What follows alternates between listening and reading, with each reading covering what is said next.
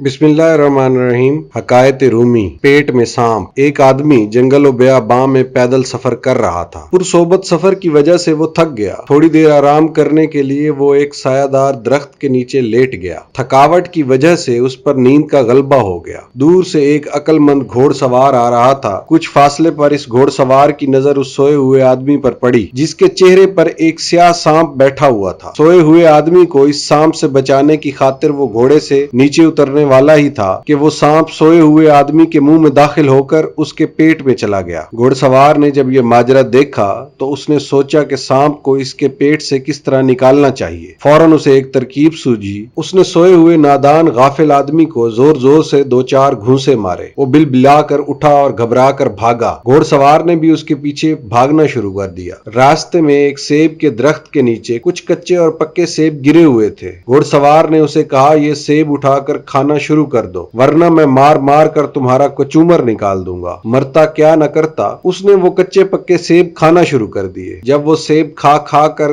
थक गया, उसके मैदे में गुंजाइश न रही, उसका जी मतलाने लगा। फिर उस घोड़सवार ने कहा, मेरे आगे आगे भागो, अगर कहीं दम लिया तो मैं तुम्हें जान से मार डालूंगा। वो मुसाफिर फिर दौड़ने लगा। जब दौड़ते दौड़ते थक कर सुस्ताने लगा तो घोड़सवार ने फिर उसे एक जोरदार घूंसा रसीद किया। वो बेचारा हाथ जोड़कर कहने लगा, मैंने तुम्हारा क्या बिगाड़ा है? आप मुझे किस जुर्म के एवज सजा दे रहे हैं? अगर तुम्हें मुझसे कोई पैदाइशी दुश्मनी है तो मेरा सर काट दो। कम अज कम इस तरह मुझे तड़पा तड़पा कर तो ना मारो। कैसी वो मनहूस घड़ी थी जब तेरी नजर मुझ गरीब पर पड़ी। ऐ अल्लाह के बंदे, मैंने न किसी की अमानत में खयानत की है और ना ही मेरी कोई तकसीर है जो तुम मुझे इस तरह सता रहे हो। देखने में तो तुम मुसलमान नजर आ रहे हो, लेकिन ऐसा बेजा जुल्म तो कोई काफिर भी नहीं करता। घोड़सवार ने कहा, अगर तू जान की अमान चाहता है तो नाक की सीध में भाग, थोड़ी देर बाद तुम्हें खुद बखुद पता चल जाएगा। वो रोता आहोजारी करता और उसे बद्दुआएं देता हुआ फिर भागने लगा। सेबों से मैदा पुर था। इस तरह भागने से उसका दिल मतलाने लगा और सफरा हिजान में आया।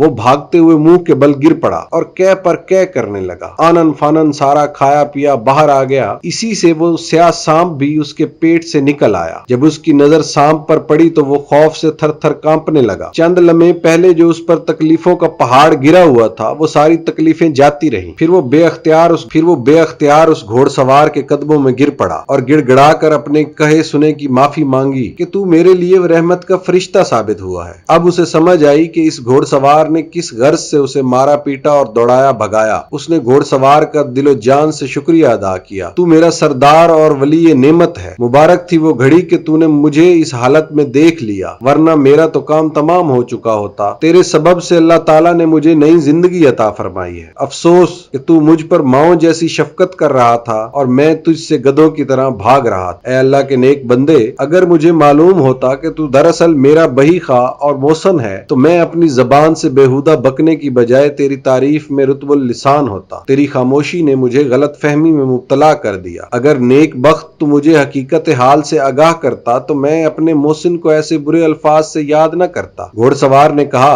अगर मैं इस बात की तरफ जरा सा इशारा कर देता कि तेरे पेट में सांप चला गया है तो उसी वक्त दहशत से तेरा पित्ता फट जाता और तू अपनी जान से हाथ धो बैठता। उस वक्त न तुझे कच्चे पक्के सेब खाने की हिम्मत पड़ती और ना ही कह का तरीका सूझता। गमखार मदनी ताजदार सल्लल्लाहु अलैहि वसल्लम ने फरमाया, अगर इस दुश्मन का हाल जो तुम्हारे अंदर छुपा बैठा है खोल कर बयान कर दूं तो बड़े बड़े बहादुरों के पित्ते फट जाएं और किसी को न रास्ता चलने का होश रहे और न किसी काम की फिक्र। मौलाना रूम साहब फरमाते हैं, जिस चीज को तुम जहमत समझते हो शायद वो तुम्हारे हक में रहमत हो। दना दुश्मन नादान दोस्त से बेहतर है। तालीम और तरबियत के मामले में वालिदैन और उस्ताज़ा बच्चों पर जो सख्ती करते हैं वो बच्चे के हक में बेहतर होती है, मगर बच्चा नादानी और बेखबरी की वजह से इस सख्ती को जुल्म और सितम और ज्यादती समझकर अपने मुस्तकबिल की राहों को तारीक कर लेता है। जब वक्त गुजर जाता है तो फिर ये ऐसी दलदल में फंस जाता है कि एक पांव निकालता है तो दूसरा फंस जाता है।